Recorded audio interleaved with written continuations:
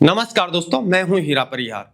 सुनिए, पिछले कुछ दिनों में कुछ ऐसा हुआ है जो सबको हैरान कर गया है।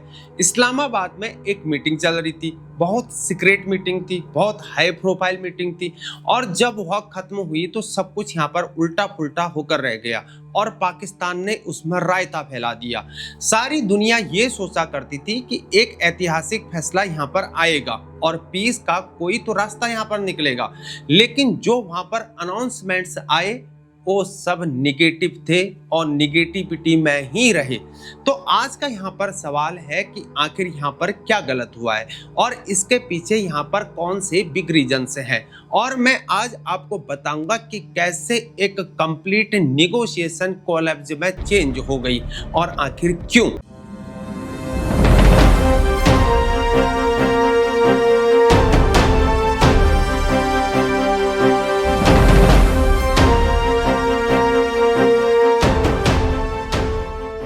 दोस्तों, सबसे पहले समझते हैं कि आखिर बैकग्राउंड यहाँ पर क्या है। दो बड़ी पावर यहाँ पर है, अमेरिका एक तरफ है और ईरान दूसरी तरफ है।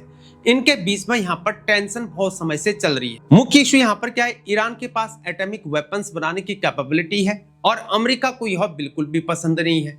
और दूसरा, ईरान पर हैवी इकोनॉमिक सैंक्शंस लगे हुए हैं, अमेरिका की तरफ से ये लगे हुए हैं, जिससे ईरान की इकोनॉमी कंप्लीटली ब्रोकन है। तो ईरान यहाँ पर क्या चाहता है, ये सैंक्शंस हटे और अपनी न्यूक्लियर टेक्नोलॉजी को डेवलप करने की यहाँ पर आज़ादी मिले, ये ईरान चाहता है। अब अमेरिका यहाँ पर क्या चाहता है कि ईरान अपना न्यूक्लियर प्रोग्राम कंट्रोल में रख के और इंटरनेशनल इंस्पेक्शंस को यहाँ पर अलाउ करे और कोई यहाँ पर थ्रेट ना बने। यह एक वेरी क्लासिक डेडलॉक सिचुएशन है, दोनों अपोजिट साइड्स पर हैं। अब इसी डेडलॉक को सॉल्व करने के लिए पिछले कुछ दिनों में या पिछले दिन को छोड़ के उसमें एक बहुत बड़ी मीटिंग अरेंज की गई थी, जिसका लोकेशन इस्लामाबाद था, पाकिस्तान में था यानी कि, और इसकी ड्यूरेशन 21 घंटे नॉन स्टॉप यहाँ पर रही। एक्सपेक्टेशन कोई हिस्टोरिक एग्रीमेंट आएगी, लेकिन रियलिटी साफ यहाँ पर फेलियर रहा। तो अब यहाँ पर सवाल है कि आखिर 21 घंटे की मेहनत के बाद भी कुछ क्यों नहीं हुआ। पहला यहाँ पर बड़ा कारण है, न्यूक्लियर प्रोग्राम पर कंप्लीट डिस्ट्रस्ट है। जबकि अमेरिका क्या कह रहा है यहाँ पर कि ईरान, तुम्हारा न्यूक्लियर प्रोग्राम हमें यहाँ पर विजिबल होना चाहिए, पूरी ट्रांसपेरेंसी होनी चाहिए, कौन कौन सी फैसिलिटीज यहाँ पर हैं, कितना यहाँ पर यूरेनियम इनरिच हो रहा है, सब कुछ। ईरान यहाँ पर क्या कह रहा है, यह तो सिर्फ पीसफुल पर्पजेस के लिए है और हमें इंटरनेशनल स्टैंडर्ड्स को फॉलो करने दो। लेकिन यहीं से यहाँ पर प्रॉब्लम की शुरुआत हो जाती है, क्योंकि अमेरिका को ये पता है कि यूरेनियम इनरिचमेंट को एक थ्रेशोल्ड के बाद वेपन ग्रेड मटेरियल में कन्वर्ट किया जा सकता है। तो यहाँ पर अब अमेरिका क्या कह रहा है, अमेरिका कह रहा है कि तुम्हारी इनरिचमेंट के लेवल्स को हम यहाँ पर लिमिट करेंगे। और यहाँ पर ईरान क्या कह रहा है, नहीं, यह हमारी सॉवरेनिटी को यहाँ पर वायलेट करेगा। यह क्लासिक इंस्पेक्शन वर्सेस सॉवरेनिटी का यहाँ पर क्लैश लग रहा है और दोनों इस पर अपनी अपनी काटे जा रहे हैं। अमेरिका ने पिछली बार भी यहाँ पर ट्राई किया हुआ था, वो था 2015 में। तब यहाँ पर एक डील हुई थी जिसे JCPOA कहते थे। आखिर उस डील में ऐसा क्या था, ईरान को अपने यूरेनियम स्टॉकपाइल्स को लिमिट करना था, वह इंटरनेशनल इंस्पेक्टर्स को एक्सेस यहाँ पर देना था और फिर अमेरिका सैंक्शंस को धीरे धीरे यहाँ पर हटाएगा। लेकिन 2018 में आखिर क्या हुआ, अमेरिका में एक नया प्रेसिडेंट आ गया और पूरी यहाँ पर डील को टियर करके रख दिया। तो अब ईरान का यहाँ पर क्या माइंडसेट है, अगर हम फिर से यहाँ पर कोई डील को करें और फिर से यहाँ पर अमेरिका का यहाँ पर प्रेसिडेंट बदल गया तो फिर से यहाँ पर डील यहाँ पर ब्रेक हो सकती है। तो यह एक साइकोलॉजिकल ब्लॉक है। ईरान को ट्रस्ट ही नहीं है कि अमेरिका लॉन्ग टर्म में फेथफुल यहाँ पर रहेगा और अमेरिका को भी यहाँ पर पूरा शक है कि ईरान सीक्रेटली अपना प्रोग्राम यहाँ पर एडवांस किए जा रहा है और इसी शक और डाउट की वजह से पहली बड़ी यहाँ पर रुकावट आ गई है। और दूसरा बड़ा कारण क्या है, क्या इशू है? इकोनॉमिक सैंक्शंस का मामला है।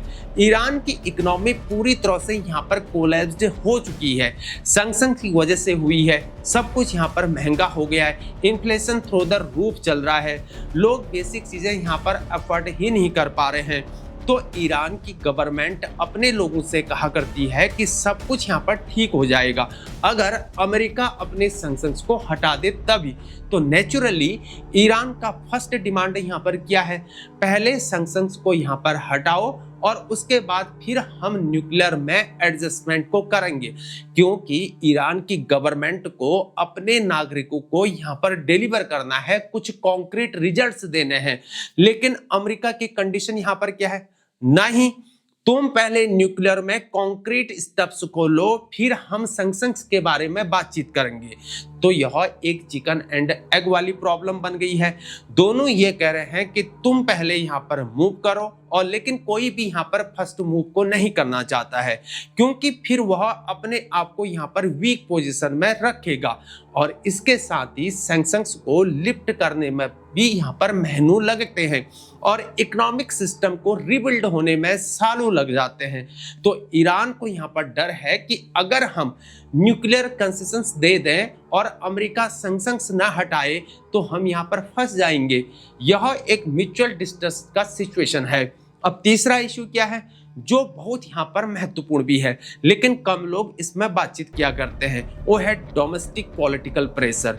क्योंकि अमेरिका में यहाँ पर आखिर क्या हो रहा है? वो हो रहा है ओपोजिशन पार्टी अमेरिकी गवर्नमेंट को कान में सीधे कह दे रहे हैं कि अगर तुम ईरान को कोई यहाँ पर डील दो तो हम तुम पर यहाँ पर हमला करेंगे।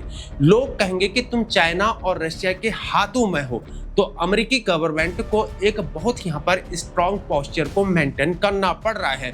वह कहना चाहता है कि ईरान के साथ कॉम्प्रोमाइज को करेंगे, लेकिन डोमेस्टिकली उसे क्या कहना पड़ रहा है? उसे कहना पड़ रहा है कि ईरान पूरी तरह से यहाँ पर न्यूक्लियर एक्टिविटीज पर रेस्ट्रिक्शंस को एक्सेप्ट करे। दूसरी तरफ ईरान में क्या चल रहा है? ईरान में एक पावरफुल कंजर्वेटिव फैक्शन है।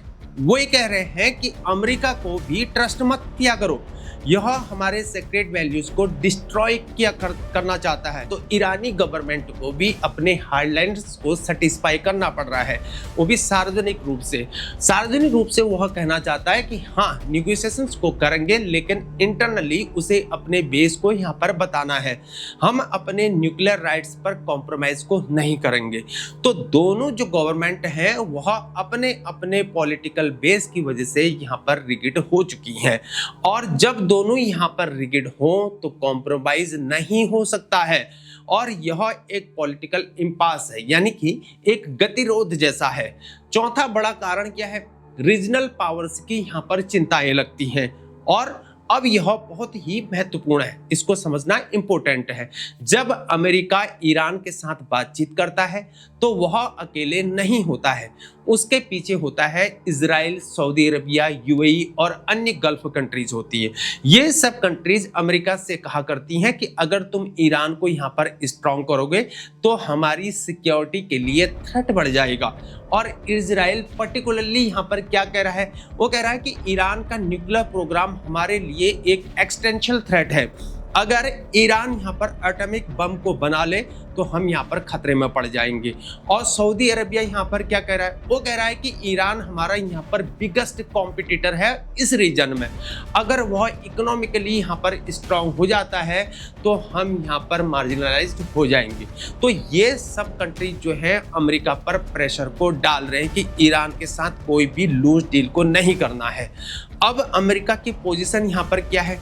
उसे अपने अलाइज को भी यहाँ पर सेटिस्फाई रखना है और ईरान के साथ भी निगोशिएट को करना है।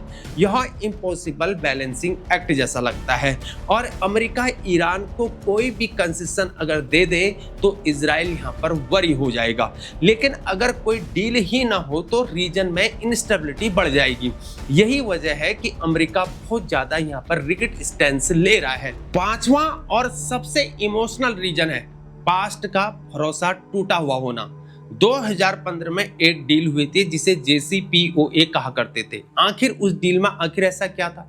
ईरान अपनी न्यूक्लियर एक्टिविटीज को लिमिट करेगा और इंटरनेशनल इंस्पेक्टर्स को एक्सेस देगा। बदले में क्या मिलेगा? अमेरिका और अन्य कंट्रीज सैंक्शंस को यहाँ पर हटाएंगे।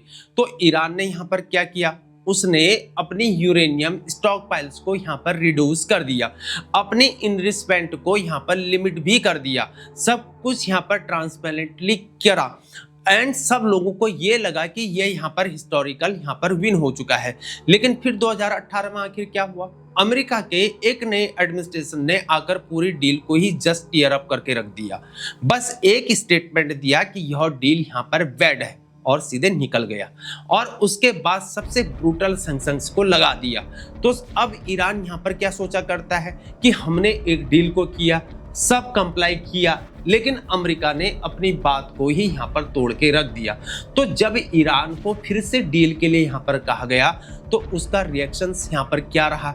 अगर हम फिर से यहाँ पर डील को करेंगे तो अगला यूएस प्रेसिडेंट आकर फिर से यहाँ पर डील को ब्रेक कर सकता है।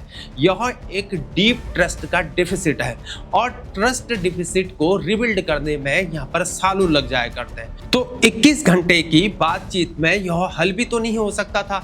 ईरान के लिए यह एक फंडामेंटल सिक्योरिटी का इशू बन गया है। तो अब हम यहाँ पर दोस्तों पूरा समराइज करते हैं कि आखिर क्या क्या यहाँ पर गलत हुआ है। नंबर 1, यहाँ पर दोनों को एक दूसरे पर यहाँ पर संदेह है जो कि हमको दिखता है, न्यूक्लियर कैपेबिलिटीज को लेकर है। नंबर 2, यहाँ पर ईरान को इकोनॉमिक हेल्प चाहिए लेकिन अमेरिका न्यूक्लियर कंप्लायंस पहले चाहता है यहाँ पर। नंबर 3, यहाँ पर दोनों देशों की आंतरिक पॉलिटिक्स से उन्हें यहाँ पर रिगिड बनाई जा रही है। और नंबर 4 पॉइंट है यहाँ पर रीजनल पावर्स का जो कि अमेरिका को यहाँ पर दबा रहे हैं। तो ईरान को मजबूत न करो तुम। और नंबर 5 यहाँ पर है कि पास्ट में एक डील है जो टूट चुका है जिससे ईरान को शक हो गया है। इन 5 चीजों को एक ही बैठक में सॉल्व करना यहाँ पर पॉसिबल नहीं हो पा रहा है। तो व्हाट हैपेंड इन इस्लामाबाद? दोनों साइड्स अपनी अपनी बातें रिपीट करते रहे। अमेरिका ने कहा न्यूक्लियर लिमिट्स को एक्सेप्ट करो, ईरान ने कहा सैंक्शन से पहले हटाओ। 21 घंटे बाद दोनों की बातें वहीं पर थी, कोई मूवमेंट ही नहीं हुआ।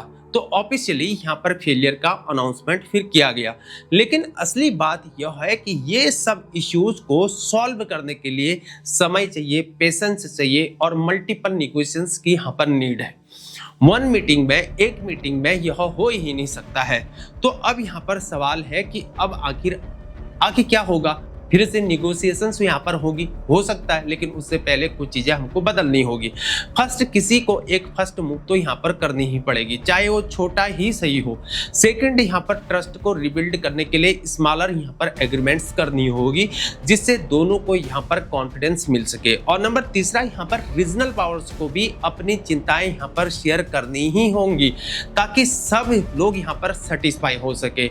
और नंबर 4, यहाँ पर जो पास्ट के जो बॉन्ड्स हैं उनको भी यहाँ पर हील करना ही होगा और यह समय लेगा। क्या ये सब यहाँ पर पॉसिबल है? थियोरेटिकली है, लेकिन प्रैक्टिकली यह देखना होगा कि अगर नेक्स्ट कुछ मंथ में कोई प्रोग्रेस दिखे तो समझिए कि दोनों यहाँ पर सीरियसली काम को कर रहे हैं। अगर सब कुछ यहाँ पर फ्रोजन रहे तो यहाँ पर मुश्किल है कि कोई बड़ा यहाँ पर डील हो। तो ये एक वेटिंग वाला गेम है। आने वाले मंथ्स में बहुत कुछ यहाँ पर बदल सकता है, इसलिए हमारे चैनल को सब्सक्राइब करना मत भूलिए, अपडेट रहिए और अगली डेवलपमेंट्स को प्लीज़ फॉलो करना मत भूलिए क्योंकि यह स्टोरी अभी खत्म ही नहीं हुई है। वीडियो को लाइक करिए, शेयर कीजिए, प्लीज़ हमारे चैनल को फिर बोलें कि सब्सक्राइब करना मत भूला, बेल आइकन को दबाएं और प्लीज़ हाइप दीजिए ताकि ये ज़्यादा लोगों तक पहुँच सके। बने रहे हमारे साथ। जय हिंद, भारत माता की जय।